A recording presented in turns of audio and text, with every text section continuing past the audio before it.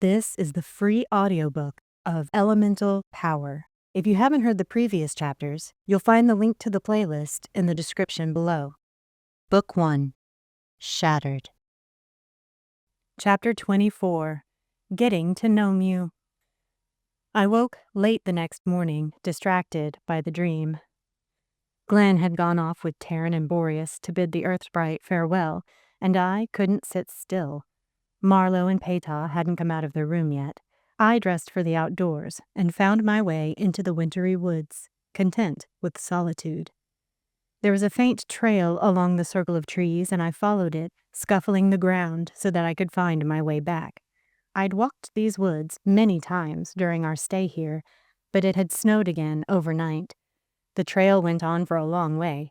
I knew where I was as long as I kept to it, but my mind was lost in thought. Why had that memory come back to me?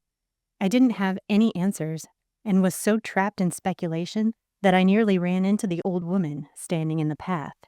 She was leaning on a gnarled black walking stick. "Out strolling the woods alone, my dear?" the woman asked. She was very old, hunched and wrinkled. She wore a brown cloak that could have begun as any color, but ended up brown due to filth. The stench rolling off her was tremendous. "Not alone. I'm never alone," I said, hoping that would keep any evil ideas out of her lice-ridden head. "Naturally, my dear. Someone as important as you must never venture out alone. Come, I have something to show you." I really should get back to the castle. They'll be expecting me soon. "Shan't take but a moment, dearie. Come, it's important." I turned and looked back the way I'd come, wishing what I'd said about not being alone was true. Not wanting to be rude, I did follow her, but I left a highly visible trail in the snow, just in case. It was a long hike to her den. I call it a den because it was simply a hole dug out of the roots of a giant dead tree. The place reeked of rancid fats and general squalor, making my nostrils sting and close up of their own volition. I kept near the doorway, taking advantage of every sweet breeze that managed to find its way into the choking effluvium of the woman's den. On the way, she told me her name was Maka. She was part gnome, part troll, and friend of the earth, she'd said. I believed her. She was as close to living in the ground as one could get, without being an earthworm, that is. "Would you like some tea?" "No, thank you. What is it you wanted to show me?" I asked, keeping my way to the exit clearly in sight. There were bones heaped in the corner. I shivered. "Only this. Your quest is grand, but without this, all is lost." "What are you talking about?" "Look into my cauldron." The cauldron was a bit further in than I'd planned to go. The fire beneath it was sending smoke into the old tree, which must serve as her chimney. The place gave me the creeps. "Can't you just tell me?" I asked. She cackled. "I mean you no harm, dearie. Come, take a peek into my cauldron." I sighed. I wanted to know what she was talking about, so I risked the 3 steps further into the den and peered over the iron lip of the giant vessel. Inside, blue liquid was boiling madly. "I don't see anything." "Keep watching." I did. After a moment or two, an image began to form. The boiling seemed to stop, and the surface of the cauldron went smooth as black ice. There was a jewel, a very large jewel, lifting up from the water and hovering at eye level over the cauldron between me and the hag. "What is it?" "That is the black quartz. When you complete your quest, you must bring one of each of the elements with you to the spring. They cannot just be any old lump of earth or cup of water. These talismans were given to the Watchers ages ago. Each hid their holy element, knowing the time for use of them was far off.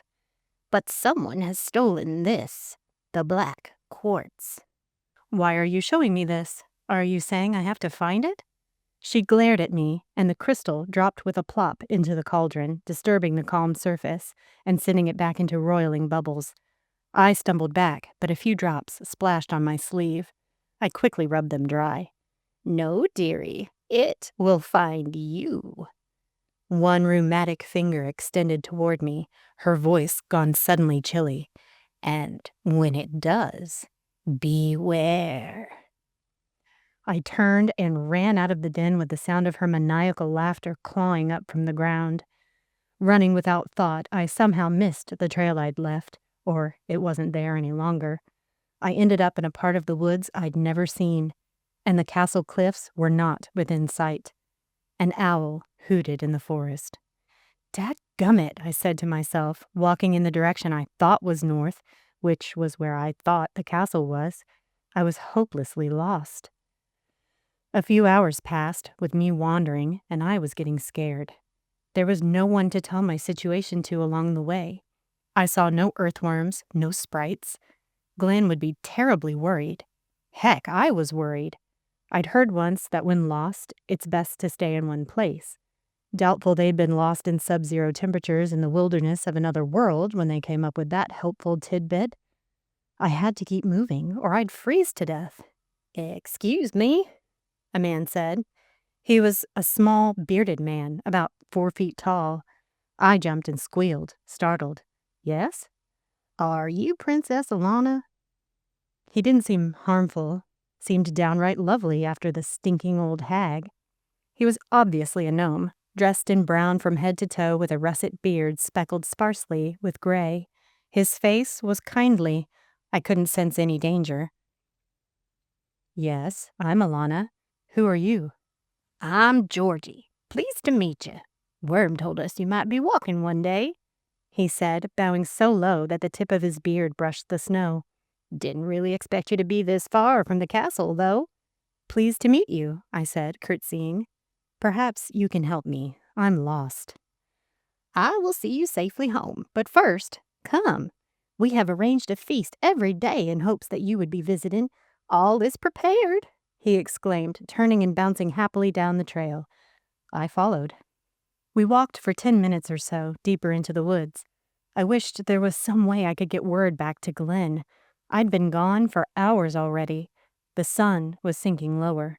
I kept my eye out for earthworms, but they were likely tucked away in their burrows. Georgie kept a brisk pace for someone with such short legs. The snow had thawed in a clearing we passed through. The ground steamed, and a muddy puddle in the middle bubbled. "What's this?" I asked. "The power of the northern lands," he answered. "Earth energy. It heats the ground and our homes." I scanned the ground for worms and found a cluster of them basking near the warm steam of the geothermal vent. "Wait a minute, Georgie," I called. "Excuse me, earthworms," I said to the ball of writhing forms. They slowed their movements, and several little blind heads turned toward me. "I'm sorry to bother you, but if there's any way one of you could find Terran, the Earth Sprite, and tell him where I've gone, that'd be great. Tell him I'm with Georgie, the gnome, in the forest, please. If you don't mind." One of the little annelids nodded its head and wiggled into the soft, warm earth. I called thanks to him and followed Georgie once again, past the clearing and back into the woods. It wasn't long before a house made of stacked stones came into view. Smoke rose from the chimney, and the yard was littered with figurines as tall as Georgie, carved from wood.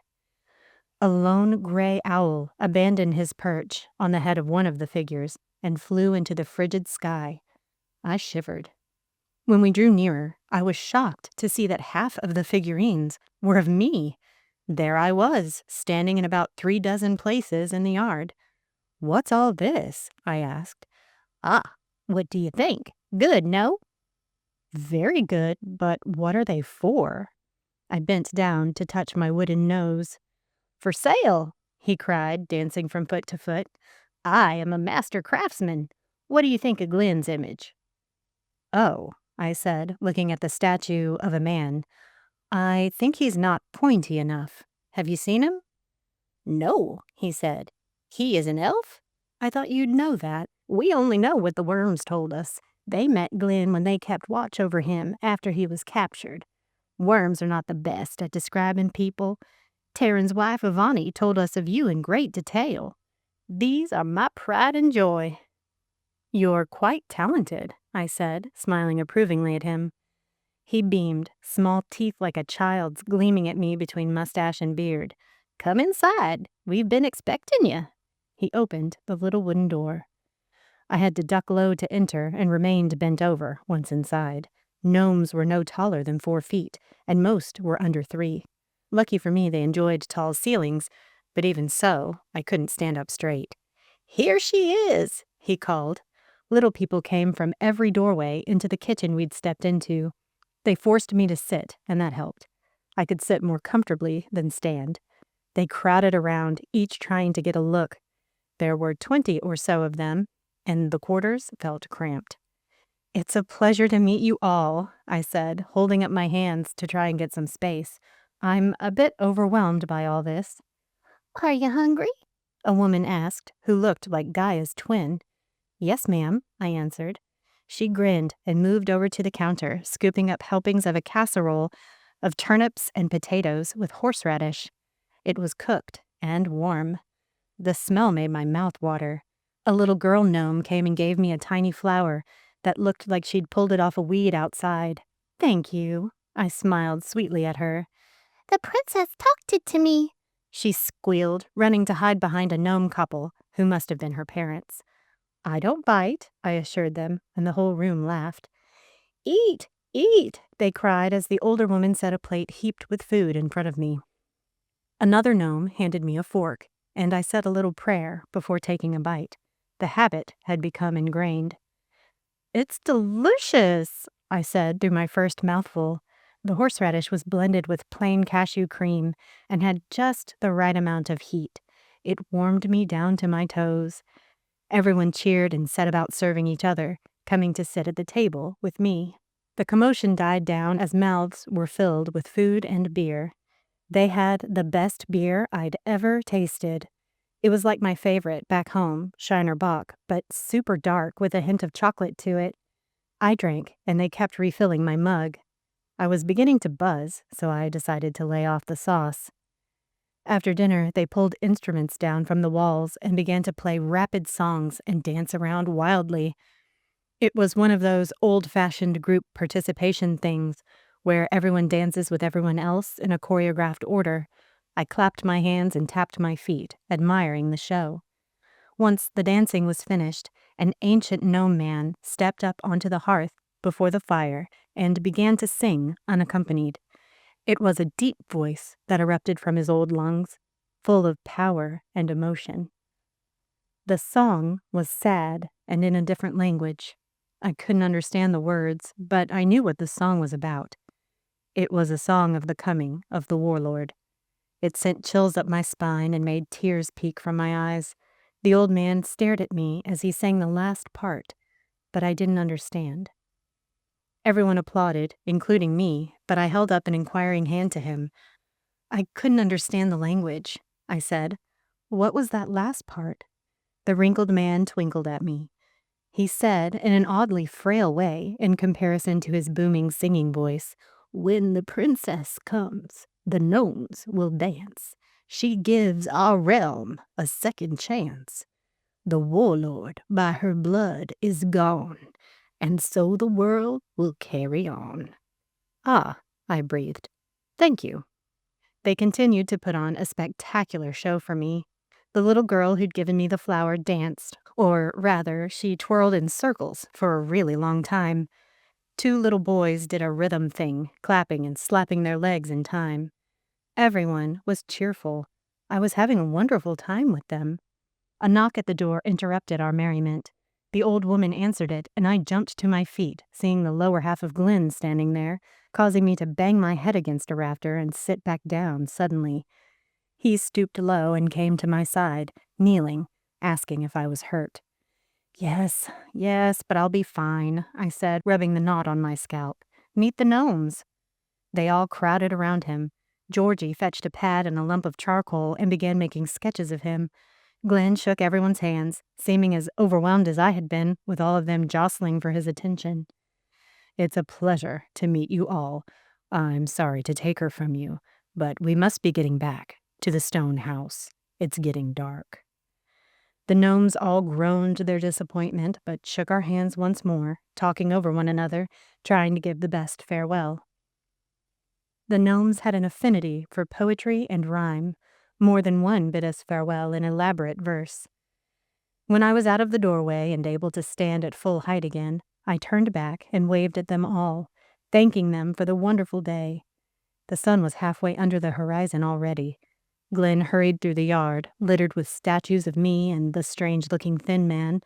I hoped Georgie could fix them without starting over. Thank you for sending word. When I got to the castle, I was sick with worry, not finding you there, he said, wrapping his arm around me and squeezing. My head still ached from bashing it against that rafter. I decided to keep the hag's revelation to myself for now, not wanting to worry him further. Gnomes are interesting characters, aren't they? They certainly are. I wish we had more time to get to know them. We leave at dawn, the day after tomorrow. He loved getting to know new creatures, soaking in their cultures with cat-like curiosity. I know, I'm so excited. I'm getting a little stir-crazy, ready to get this show on the road. Taryn and Avani send their love. They've gone home now. His usually sparkling voice was tinged with glum. I grabbed his hand and walked beside him back through the sloshy trail to the castle. When we stepped from the trees, it began to snow, blanketing the world afresh. I sighed deeply, enjoying the feel of the flakes melting when they hit my face. This world was beautiful, unique, and my new home. Above me, in the branches, a gray owl watched me. I could feel its stare on the back of my neck, and when I looked up, it took off so swiftly and silently that I wondered if I was seeing things. We went back to our room and had dinner alone. The next day, we lounged, enjoying our final day of leisure together under Candlewick's care. She was excited to leave as well, setting out clothes and preparations for the journey without our asking for it. The night came and carried us into slumber, keeping us safe until the first rays of dawn streamed through the window. I began to feel it then, the beginning of illness. If you enjoyed this chapter, please give it a like and/or a comment. And if you think someone else might enjoy the story, please share with them the first chapter. If you subscribe and turn the notification bell on, you'll be the first to know when the new chapter's released.